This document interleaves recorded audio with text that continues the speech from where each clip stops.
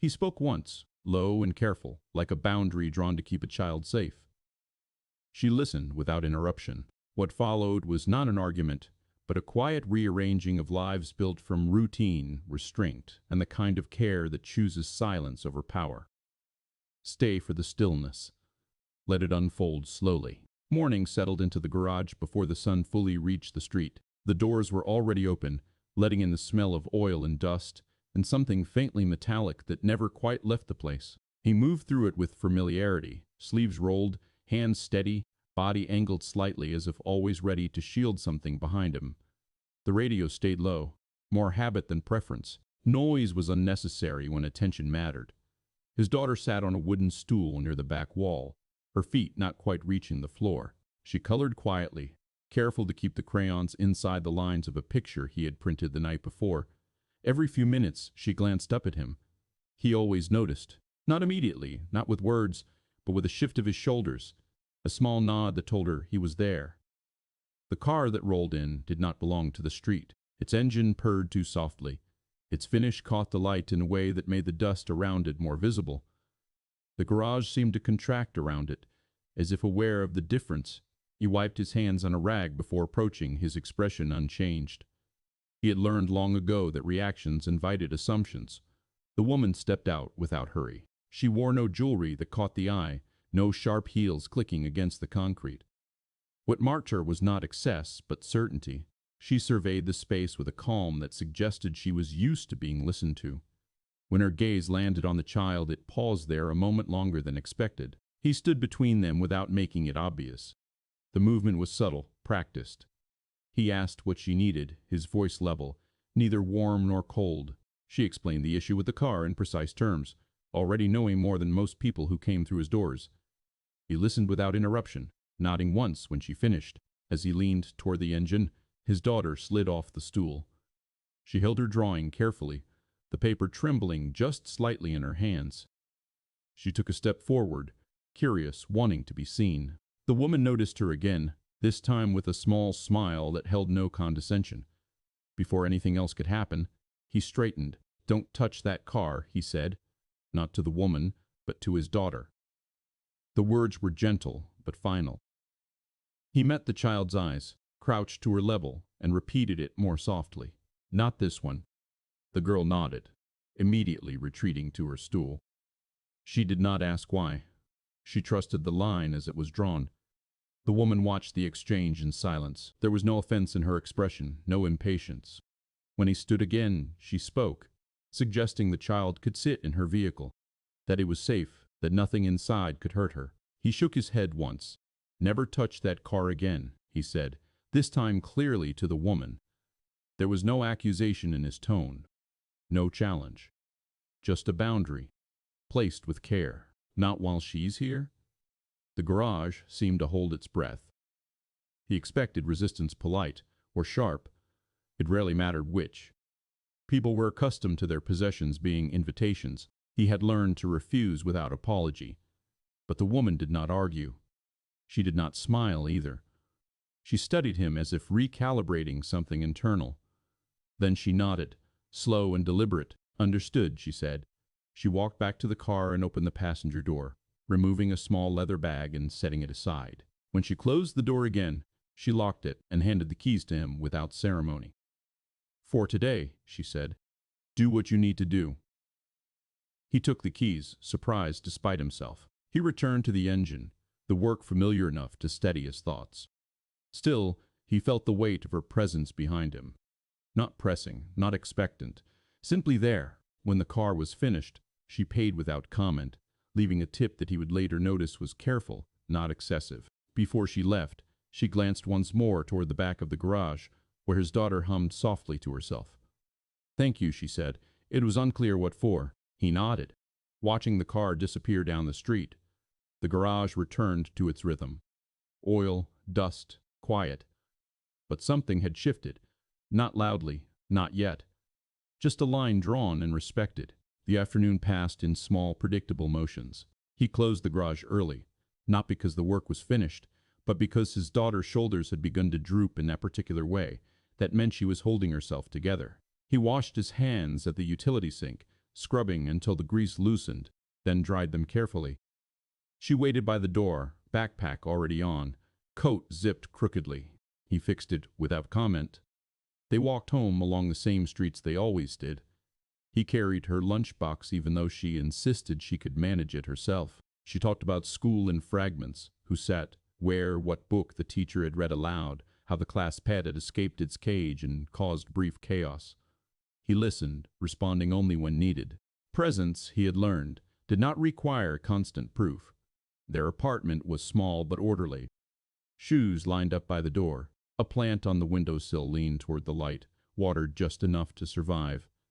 He set about preparing dinner while she did homework at the table, erasing carefully when she made a mistake. The rhythm was familiar, almost protective in its predictability. There was a knock just as he turned off the stove. He hesitated. No one came without warning. He wiped his hands on a towel and opened the door partway. The woman stood in the hallway, coat folded over one arm. She looked different outside the garage list contained by machinery and shadow, more clearly herself. Still, there was no intrusion in her posture. She did not step forward. "I realized I left something," she said. Her voice was the same as before, measured, unobtrusive. He glanced back at the apartment, at his daughter bent over her work. Then he opened the door fully. She handed him a small envelope. Inside were documents related to the car, unnecessary now, but complete. He thanked her, already preparing to close the door. Before he could, she spoke again. "I'm staying nearby for a few days. If you're willing, I'd like you to look at something else. Not tonight." He considered her, weighing inconvenience against instinct. He did not like extending time, but she had listened earlier. That mattered. "Tomorrow," he said, "after 4. She nodded once. As she turned to leave, his daughter looked up. "Daddy," she said softly. "Who is that?" He paused, then answered simply, "Someone who needed help." The woman stopped at the end of the hallway. She looked back, not smiling, but not distant either. "That sounds accurate," she said. She left without another word. That night, after the dishes were done and the lights dimmed, his daughter asked why she couldn't touch the car. "Because some things aren't made for children," he said, "and some things don't need to be." She accepted that. She always did. The next afternoon, the woman arrived on foot. No car this time. She stood outside the garage until he noticed her, then waited. He finished tightening a bolt before acknowledging her presence. She followed him inside, observing without comment. When he finished the inspection she had requested, she thanked him and lingered, as if unsure whether to leave. "My place is close," she said finally. "I thought you might want to see what you're working with." He hesitated again, then nodded. He closed the garage, gathered his daughter, and they walked together. Her home was quiet, understated. No guards, no spectacle. Just space arranged with intention. His daughter moved carefully through it, hands clasped behind her back, absorbing the calm. The woman made tea. He watched how she placed the cups, how she waited until his daughter was settled before sitting herself. "This can be a place she's safe," she said. Not asking, not promising, just stating. He studied her for a long moment. Then he nodded. The door did not close behind them. It stayed open, just enough. Time did not announce itself. It moved quietly, like light shifting across a floor, noticeable only when he paused long enough to see where the shadows had gone. The woman did not return every day. When she did, it was never without purpose. Sometimes it was a question about a sound in the engine. Sometimes a request for advice about something unrelated. A shelf that needed fixing. A door that caught when it closed. He learned that she did not ask for help lightly. Each request carried consideration, as if she had already weighed the cost of asking. His daughter began to recognize her footsteps. She would look up from her coloring or reading, head tilting slightly, listening. When the door opened, she did not rush forward. She waited. That was her way, watching first, deciding later. The woman noticed this and adjusted herself accordingly, never reaching out too quickly, never assuming familiarity. They sat at the table together more than once. Meals were simple. Soup, bread, fruit sliced carefully into even pieces. The woman ate what was offered without comment, asking only whether the child preferred apples or oranges, whether she liked the crusts cut off or left intact. These questions mattered. He saw how his daughter answered more fully when she realized she was being listened to. He remained cautious, not distant, but alert. He observed how the woman moved through space, how she never took the seat at the head of the table, how she waited for him to begin before speaking. Power, when it surfaced, did so indirectly in her ability to be patient, to let silence exist without filling it. Sometimes they worked together in the garage. She handed him tools when he asked, learned the names of things without writing them down.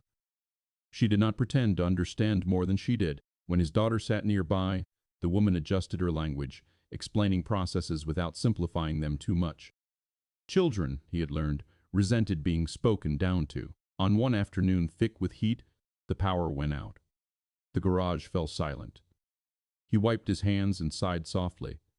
His daughter looked up, uncertain. The woman opened the door, letting in air. She knelt beside the child, pointing out the way the light still filtered through the high windows. "See," she said, "it's not dark, just different." The child nodded, absorbing this. Later, when the lights returned, she repeated the phrase to herself as if storing it away. He noticed then how the woman watched his daughter, not with indulgence but with care, as if she understood that attention was a form of responsibility. There were no confessions, no explanations of past lives or future plans. He did not ask about her work. She did not ask about the child's mother. They moved instead through shared presence, through days that asked little and gave enough. On evenings when she stayed late, she helped clean without being asked. He learned that she preferred to wash dishes rather than dry them. She learned that he needed quiet after long days. When his daughter grew tired, the woman would lower her voice without being prompted. Once, as they walked home together, his daughter reached for the woman's hand. It happened without ceremony, without looking back for permission. The woman froze for half a breath, then relaxed, allowing the small fingers to curl around her own. He watched this from the corner of his eye. He did not intervene. He did not smile. He simply adjusted his pace to match theirs. Later that night, after his daughter was asleep, he stood at the window, looking out at the street. The woman waited by the door, ready to leave. "She doesn't do that often," he said quietly. "I know," the woman replied. "I won't take it lightly." That was all. Nothing dramatic followed, no promise, no reassurance, just the understanding that something was forming. Not quickly, not loudly, but with the steadiness of routine. And routine, he had learned, was where trust learned how to live. Autumn arrived without ceremony. The air cooled, and his daughter's shoes began to collect leaves in their seams. Mornings grew darker, the light slower to rise. He adjusted their routines in small ways: earlier alarms, heavier coats, soup simmering longer on the stove.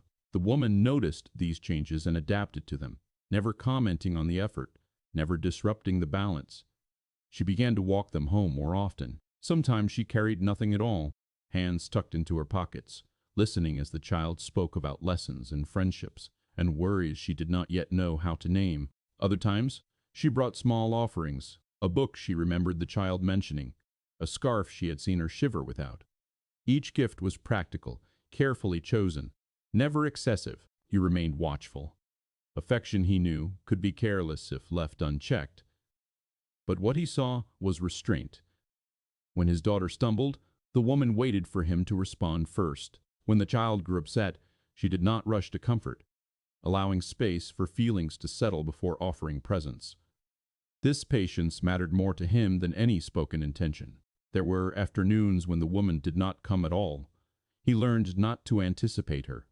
She had a life beyond the garage and the small apartment, though its details remained largely unspoken. He sensed the weight of it in the way she sometimes grew distant, her thoughts briefly elsewhere. When she returned, she did so fully, leaving distraction at the door. One evening, she arrived later than usual. The child was already in her pajamas, curled on the couch with a book. The woman removed her coat quietly, hesitating when she saw the clock. "I should go," she said. The child looked up, disappointed but understanding. He nodded, appreciating the boundary. As the woman turned to leave, she paused. "Tomorrow," she said, "if that's all right." He considered. "Then, tomorrow." The child smiled, returning to her book. That night, after the apartment was quiet, he sat at the table long after the dishes were done. He thought about how easily the days had begun to include her, how the absence of disruption had lulled him into something close to comfort.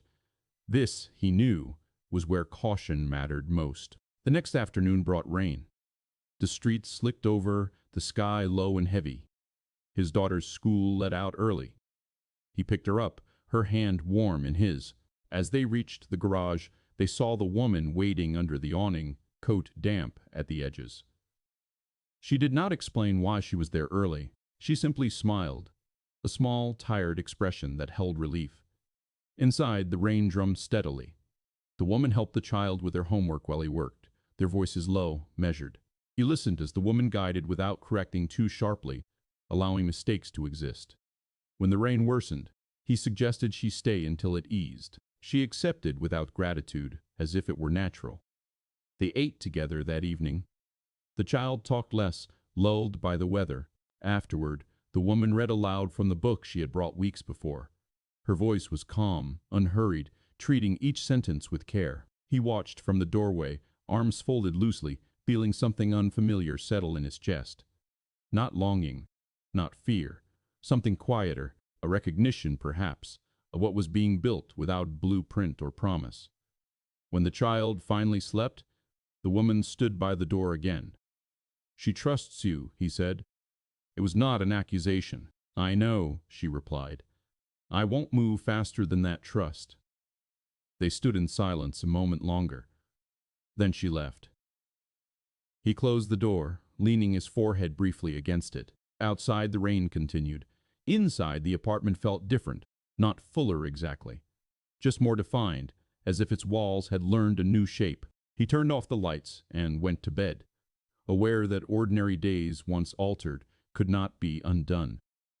The change did not announce itself with conflict. It arrived quietly, the way strain often did through small hesitations, pauses that lingered a second too long, thoughts he did not immediately dismiss. He noticed it first in his daughter. She had begun to ask questions that were not really questions at all. Whether the woman would be coming by later, whether she liked rainy days, whether she knew how to fix bicycles. The questions carried no urgency, only curiosity, but they repeated often enough to draw a shape around something unspoken. He answered carefully, never promising, never dismissing. "She'll come if she comes," he said once, gently redirecting the child back to her cereal. But the words stayed with him long after breakfast was finished. At the garage, his work slowed, not enough to be noticeable, but enough that he caught himself checking the clock more often than usual. He corrected for it, irritated with himself. Dependence, emotional or otherwise, was a habit he had trained himself out of. His daughter's stability depended on it. The woman sensed the shift before he spoke of it. She had always been observant, but now her attention sharpened. She asked fewer questions, offered less presence. When she did come, she stayed for shorter periods, leaving before fatigue could turn into expectation. He recognized the care in this restraint, and it unsettled him more than if she had ignored the change entirely. One afternoon, as he locked up the garage, she stood beside him, silent longer than usual. "You're carrying something," she said finally. It was not a demand, just an observation. He considered deflecting. He was practiced at it. Instead, he exhaled slowly. "I don't bring people into her life lightly," he said. "Not for visits, not for routines." "I know," she replied. He looked at her then, really looked. At the way she held herself still, attentive, unguarded. At the absence of offense in her expression. "She's already adjusting," he continued. "That's what worries me." The woman nodded once. She did not argue. She did not assure him that she would never leave. He would not have believed that, even if she had meant it. "I don't want to be another variable," she said. The word settled between them. Variable. Something that could change without warning. That night, his daughter was quieter than usual. She ate slowly, picking at her food. When he tucked her into bed, she asked if the woman was upset. "No," he said, "just busy." She accepted that, but her hand lingered on his sleeve. "She's nice," she said softly. "I like when she reads." He brushed her hair back, careful not to let his thoughts show. I know. After she slept, he sat alone in the living room. The apartment felt smaller, its walls pressing in not with discomfort, but with consequence. He thought of how easily routines had expanded, how naturally space had been made. This, he knew, was the danger, not loss, but attachment formed without deliberation. The next few days passed without the woman's presence. There was no message, no explanation. He did not seek one. He focused on work, on meals, on homework checked and backpacks packed. His daughter did not ask questions this time. That worried him more. On the fourth day, the woman came by unexpectedly. She did not enter the garage. She waited outside, raincoat on, hair pulled back. When he saw her, something in his chest tightened before he could stop it. I won't stay long, she said. They stood under the awning, the street quiet around them. I've been thinking, she continued, about what you said, about her. He listened. I don't want to be part of her life in a way that costs her something later, she said. Even if that means stepping back now.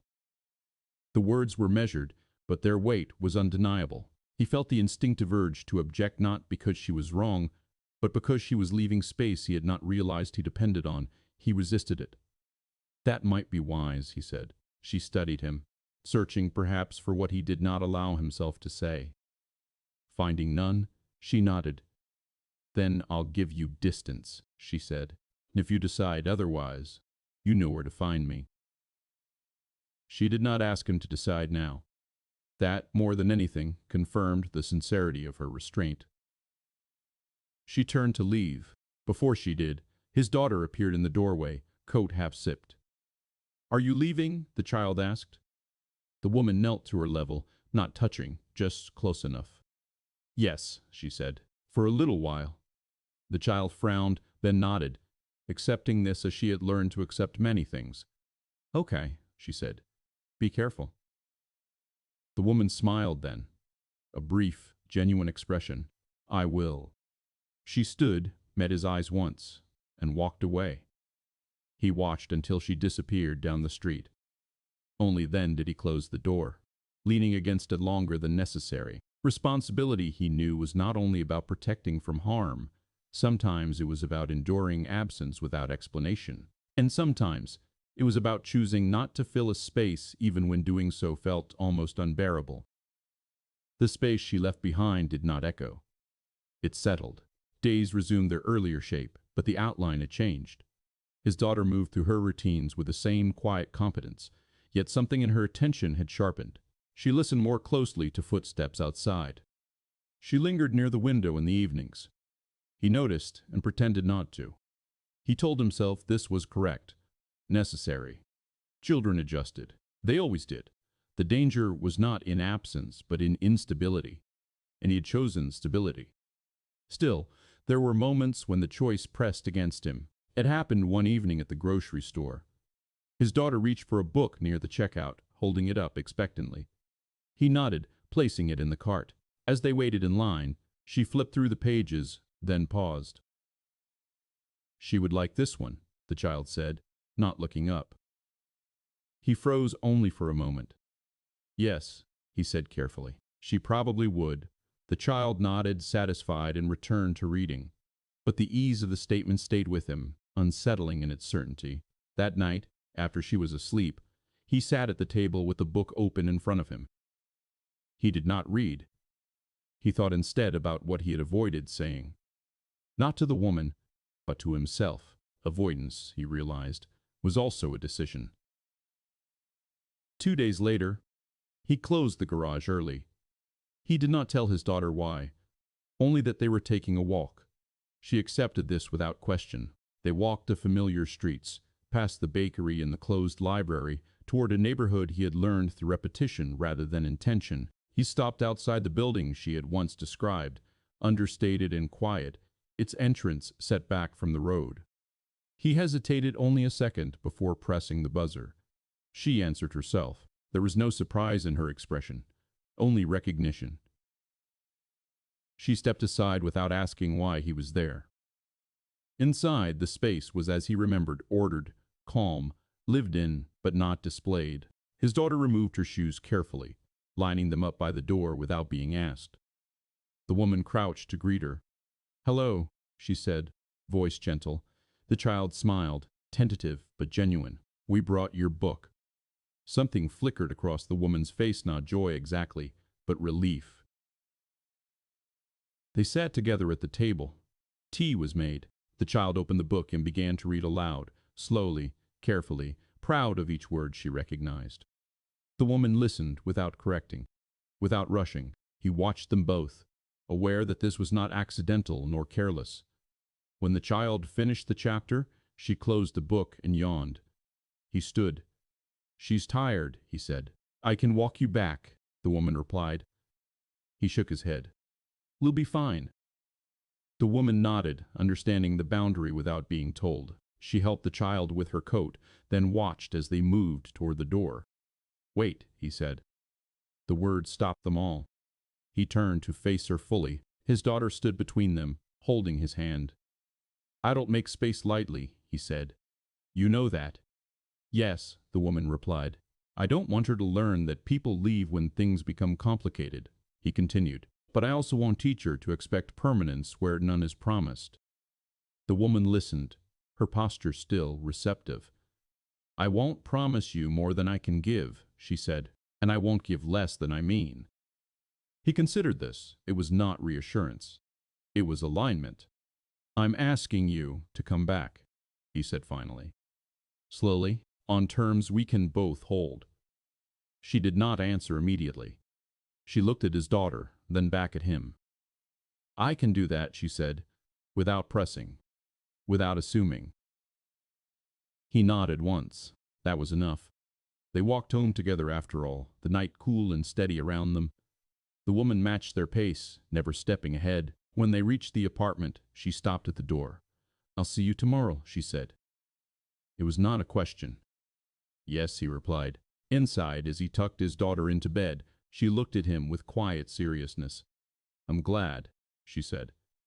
He brushed her hair back, heart steady, grounded. "So am I," he answered. This time, when he turned off the light, the space did not feel like something he was guarding against. It felt like something he was choosing. The days that followed did not rush to fill themselves. They widened instead, accommodating what had been invited back with care. The woman returned as she said she would, without announcement, without expectation. Sometimes she stayed for dinner. Sometimes she only stopped by long enough to walk them home. There were no assumptions layered over her presence. If she arrived and found the evening already spoken for, she accepted it without disappointment. If she stayed fully. His daughter adjusted first. Not with excitement, but with ease. She resumed her quiet rituals, setting an extra place at the table when the woman was there, choosing books she knew would be read slowly, saving questions for moments when attention could be given properly. She did not cling. She did not test. She simply included. He watched carefully, alert to signs he might have missed before, but what he saw reassured him. The child's sleep remained steady. Her laughter came easily. Her small frustrations found resolution rather than accumulation. Stability, he learned, did not require isolation. It required consistency. The woman fit herself into that consistency with remarkable discipline. She never arrived late, never lingered when the child's attention waned. When plans changed, she explained simply, without apology or justification. If the child asked questions, she answered them honestly, within bounds. "I have to work tonight," she said once, kneeling to meet the girl's eyes. "I'll see you tomorrow." The child nodded, unbothered. "Okay." He noted how the woman waited until the child turned away before standing, as if ensuring the explanation had been enough. At the garage, the woman's presence became ordinary. She brought coffee on cold mornings. She sat nearby with a book when there was nothing to do. Occasionally, she worked alongside him, sleeves rolled, hair tied back, asking questions when she was unsure. There was no display of authority, no reminder of the world she came from beyond the garage. If clients recognized her, she redirected attention without embarrassment. This humility was not performative, it was practiced. One afternoon, his daughter asked if the woman would come to her school reading day. He hesitated, then answered honestly, "If she wants to." The woman considered the invitation carefully. "If you'd like me to," she said to the child, "only if it feels right." "It does," the child replied simply. The reading day passed quietly. The woman sat among other adults, reading slowly, holding the book so the children could see the pictures. She did not stand out. That, he realized, was the point. Later, as they walked home, his daughter skipped ahead, humming to herself. "She didn't have to come," he said. "I wanted to," the woman replied, "and I won't always be able to, but when I can, I will." He nodded. The distinction mattered. Evenings settled into patterns. Meals shared without ceremony. Conversations that drifted from practical to reflective and back again. Sometimes silence filled the space between them, comfortable and unforced. He found that he no longer braced himself for departure. He trusted the rhythm as it presented itself. One night, after his daughter had fallen asleep, they stood by the kitchen window. The street below was quiet, lit by a single lamp that cast long shadows across the pavement. "You've built something solid here," the woman said. "I won't disrupt it." He considered her words, then responded, "You're part of it now, not separate." She looked at him, not startled, but thoughtful. "Then I'll treat it with the care it deserves." That was all. No declarations followed. No promises were exchanged. What existed between them did not need naming. It lived instead in shared responsibility, in the way decisions were made with consideration rather than impulse. As the season shifted again, the apartment felt neither larger nor smaller, only complete in a way it had not been before. The garage remained the same, marked by routine and labor. But now, at the end of each day, there was no sense of holding the line alone. Life, he realized, did not need to be protected from change. It needed to be held with intention, with restraint, and with the quiet confidence that what had been chosen could endure. The morning light moved gently across the apartment, touching familiar surfaces without urgency. He rose before the alarm, careful not to wake his daughter. The kettle went on.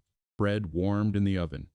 Outside, the street was still, holding the hush that came just before the day decided what it would be. By the time his daughter padded into the kitchen, hair tousled, the woman was already there, seated at the table with a book closed in front of her. She looked up as the child entered, offering a small smile that carried no expectation. "Good morning," she said. "Good morning," the child replied, climbing into her chair. There was no announcement of how the woman had arrived, no need for explanation. Presence had become ordinary, and ordinary had become enough. Breakfast passed quietly.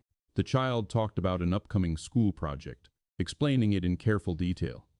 The woman listened, asking one or two questions that showed she had been paying attention all along. He moved between stove and sink, aware of the balance being kept not fragile, but deliberate. Later, as they walked together toward the garage, the child skipped ahead, stopping now and then to inspect something on the ground, a leaf shaped like a heart, a stone smoothed by traffic. The woman waited when the child stopped, never urging her forward. He noticed how naturally this had become. At the garage, he unlocked the door and held it open, while the woman ushered the child inside ahead of him. It was a small thing, but it stayed with him. Care did not announce itself. It revealed itself in these choices. The day unfolded as most days did. Work. Lunch shared on the steps out back, the child coloring nearby, occasionally asking questions that had nothing to do with anything. The woman left briefly in the afternoon, returning without apology, as if absence and return were both understood parts of the same whole. When evening came, they closed up together. The walk home was unremarkable, the sky already darkening. Inside the apartment, dinner simmered while the child finished her homework. The woman dried dishes while he washed them, their movements coordinated without discussion. Later, after the child was asleep, the three of them lingered in the living room for a moment longer than necessary. The woman gathered her coat, preparing to leave. "You'll be back tomorrow?" the child asked sleepily from the doorway. "Yes," the woman replied. "After school." The child nodded, satisfied, and disappeared into her room. At the door, the woman paused. "I don't want to overstep," she said quietly. He shook his head. You're not. They stood there a moment, neither rushing the end of the evening. There was no tension in the silence, only acknowledgement. When the door closed behind her, he did not lean against it. He turned instead, switched off the lights, and went to check on his daughter one last time. She slept deeply, one hand curled around the edge of her blanket. He stood there longer than usual, taking in the quiet completeness of the room. Outside, a car passed. Somewhere nearby, a door opened and closed. Life continued, unremarkable and steady. He returned to the living room and sat, the quiet settling around him like something earned. Not perfect, not guaranteed, but held. And for the first time in a long while, that was more than enough.